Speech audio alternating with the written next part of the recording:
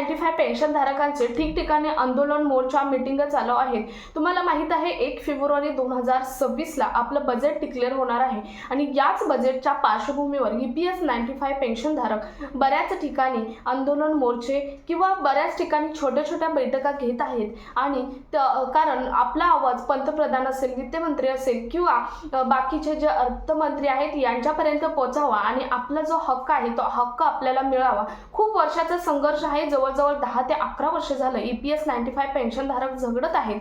काही पेन्शनधारकांना अगदी 500च्या आतमध्ये पेन्शन आहे, तर बऱ्याच पेन्शनधारकांना फक्त 1000 पेन्शन मिळते। यामध्ये थोडा सुद्धा उदरनिर्वाह चालत नाही असं पेन्शनधारकांचं म्हणणं आहेच, परंतु सर्व जनतेचं म्हणणं आहे।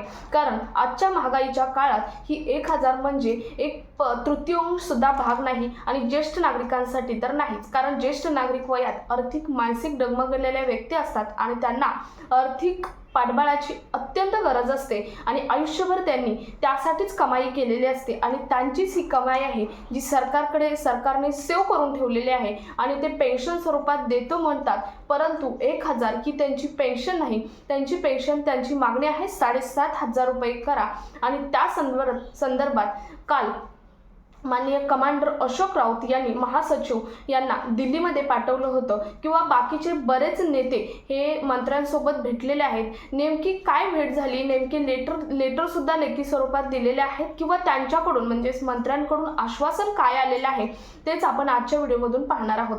कारण तुम्हाला हे जर समजलं की नेत्यांकडून अपडेट काय येत आहेत यावरून तुम्हाला कळेल की तुमच्या EPS 95 पेन्शनचं जे पेन्शन वाढीची मागणी आहे त्याबद्दल नेमकी आता सध्याचे अपडेट काय आहे। आणि महत्त्वाचं म्हणजे आपल्या चॅनलवर कधीही खोटी न्यूज EPS 95 पेन्शनधारक किंवा बाकीच्या गव्हर्नमेंटच्या कोणत्याही खोट्या न्यूज दिल्या जात नाहीत, भले ती निगेटिव्ह न्यूज असो ती आपल्याला खरीच दिली जाते, कारण आपल्या चॅनलच्या माध्यमातून प्रत्येक अपडेट हे खरं पोहोचवलं जातं, जेणेकरून तुम्हाला जे सध्याचं अपडेट काय आहे ते समजणं अतिशय महत्त्वाचं आहे। ते निगेटिव्ह असो किंवा पॉझिटिव्ह असो ते तुम्हाला समजणं अतिशय महत्त्वाचं आहे, हेच टार्गेट आपल्या चॅनलचं आहे। त्यामुळे मी आजचा जो व्हिडिओ आहे तो व्हिडिओ हेच सांगणार आहे की काल दिल्लीमध्ये कोणाकोणाची भेट म्हणजे कोणत्या मंत्र्यांबरोबर कोणाची भेट झाली आणि त्यावेळी त्यांनी आश्वासन नेमकी काय दिलेले आहेत तेच आपण पाहणार आहोत। त्यामुळे व्हिडिओ स्किप न करता शेवटपर्यंत पाहायचं। चॅनलवर पहिल्यांदा आला असेल तर पुढच्या EPS 95 पेन्शनधारकांच्या अपडेटसाठी चॅनल सबस्क्राईब करा। त्याचबरोबर शेजारी एक छोटंसं बेल आयकॉन असतं ते प्रेस करून ठेवा, म्हणजे सर्वात पहिलं नोटिफिकेशन तुम्हालाच येत राहील। तर नमस्कार, मी तुम्ही पाहत आहात पुन्हा एक नवीन अपडेट। तर बघा, जी प्रेस नोट आहे म्हणजे काल बऱ्याच ठिकाणी भेटी घेण्यात आल्या आणि त्याची एक नोट आलेली आहे आणि ती नोट नेमकी काय आहे, कोणाच्या भेटी कोणाबरोबर झाल्या, आश्वासन नेमकी काय दिलेले आहेत ते पाहूयात। बघा, कमांडर अशोक राऊतने यांनी जे NACचे राष्ट्रीय अध्यक्ष आहेत कमांडर अशोक राऊत यांनी राष्ट्रीय महासचिव यांना दिल्लीत पाठवले आहे। काल राष्ट्रीय महासचिवांना कमांडर अशोक राऊत यांनी दिल्लीत पाठवलेले आहे। श्री रमेश बहुगुणाजी जे आहेत दिल्लीचे अध्यक्ष आहेत, त्यानंतर BS राणा आहेत, त्यानंतर NACचे नेते आहेत BS राणा, त्यानंतर डॉक्टर SK शर्मा आहेत, आधी म्हणजे आणखी काही जण होते। NACचे बरेच असे जे मेंबर आहेत ते EPS पेन्शनसाठी मोठ्या नेत्यांबाबत मुलाखत करत आहेत, म्हणजे मोठ्या नेत्यांबरोबर जे EPSचे काही नेते आहेत ते मुलाखत करत आहेत। EPS 95 पेन्शन मागणी घेऊन BJP पार्टीच्या काशीवारी समिती आधारावरती चर्चा तसेच लेखी पत्र देणे चालू आहे। म्हणजे BJPची पार्टी काशीवारी समितीच्या आधारावर चर्चा आणि लेखी पत्र सध्या देणं चालू आहे। त्यानंतर लवकरात लवकर EPS 95 पेन्शनची मागणी पूर्ण करावी हाच त्यांचा प्रयत्न आहे। याच संदर्भात 19 जानेवारी 2026 ला राधामोहन अग्रवाल जे की राष्ट्रीय महासचिव आहेत BJPची यांच्याबरोबर सुद्धा मुलाखत झाली। BJPचे जे राष्ट्रीय महासचिव आहेत त्यांच्याबरोबर सुद्धा मुलाखत झालेली आहे। 19 तारखेला यांना सुद्धा लेखी पत्र दिलेलं आहे। म्हणजे मी मगाशी सांगितलं की लेखी पत्र प्रत्येक जे मंत्री नेते जे भेटले आहेत त्यांना लेखी पत्र हे दिलेलं लेखीपत्र हे दिलेलं आहे। त्यानंतर तेव्हा त्यांनी म्हटले आहे की आता हे अतिशय महत्त्वाचं आहे की त्यांनी नेमकी प्रतिक्रिया त्यावरती काय दिले यावरून तुम्हाला तुमचं अपडेट समजणार आहे। तेव्हा त्यांनी म्हटलेलं आहे की NSC गोरखपूरच्या कार्यक्रमात उपस्थित मी राहणार आहे आणि आपण सर्व खूप दिवसापासून संघर्ष करत आहात। आपणा सर्वांचे काम करू यानंतर करू असं म्हटलेलं आहे। बघा जे गोरखपूरच्या कार्यक्रमात ते उपस्थित राहणार आहे आणि आपणा सर्वांचे काम करू। आपला संघर्ष खूप दिवसापासूनचा खूप वर्षापासूनचा आहे असं त्यांनी आश्वासन दिलेलं आहे। त्यानंतर बघा अनिल बोंडे राष्ट्रीय महासचिव आहेत किसान मोर्चाचे, अनिल बोंडे म्हणून आहेत राष्ट्रीय महासचिव किसान मोर्चाचे आहेत, यांच्याबरोबर पण चर्चा केली।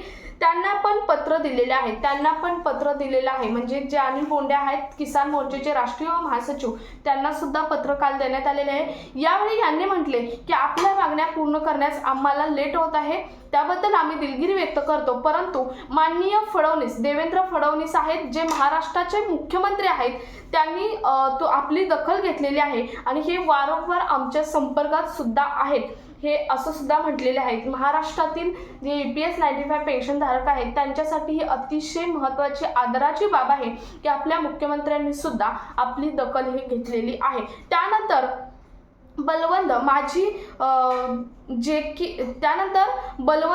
माझी जेकी संसद हेड उडीसाचे आहेत। बघा बलवंत म्हणून जेकी संसदचे उडीसाचे हेड आहेत त्यांच्याबरोबर सुद्धा चर्चा झाली। त्यांनी हेच सांगितले की आपली मागणी बरोबर आहे, यावरती उचित स्थानावरती आम्ही चर्चा करू, त्यांनी सुद्धा हेच सांगितलेले आहे। त्यानंतर 20 तारखेला माननीय श्री CP जोशी राजस्थान पूर्व प्रदेश अध्यक्ष यांच्याशी सुद्धा मुलाखत झाली। CP जोशी राजस्थान राज्यातील EPS 95 पेन्शन धारकांसाठी अतिशय महत्त्वाचे अपडेट त्यांच्याकडून सुद्धा प्रतिनिधित्व करण्यात आलेलं आहे।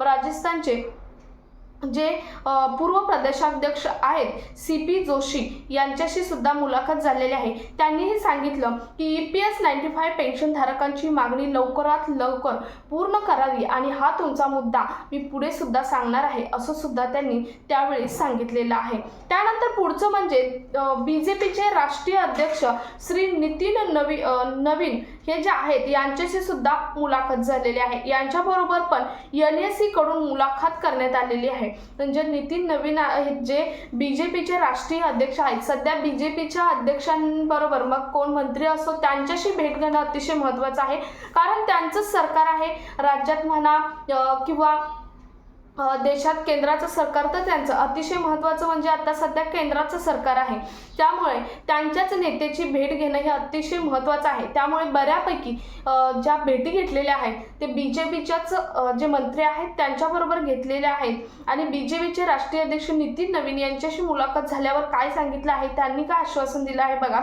NSC कडून मुलाखत झाली तेव्हा त्यांनी सांगितलं की नक्कीच BJP आपलं वचन निभावेल असा शब्द दिलेला आहे। त्यांनी काल शब्दच दिलेला आहे की BJPने 2014ला जेव्हा काँग्रेसचा मोर्चा निघाला त्यावेळी काही नेत्यांनी त्यामध्ये सहभागी होऊन BJPने EPS 95 पेन्शनधारकांना आश्वासन दिली होती की आम्ही तुमची पेन्शन वाढवू, परंतु आता 10 ते 11 वर्ष झाली वाढवलेली नाही। परंतु काल नितीन नवीन यांनी शब्द दिलेला आहे की BJP नक्कीच तुमचा शब्द निभावेल आणि लवकरात लवकर तुमची पेन्शन वाढ करू असं सांगितलेलं आहे।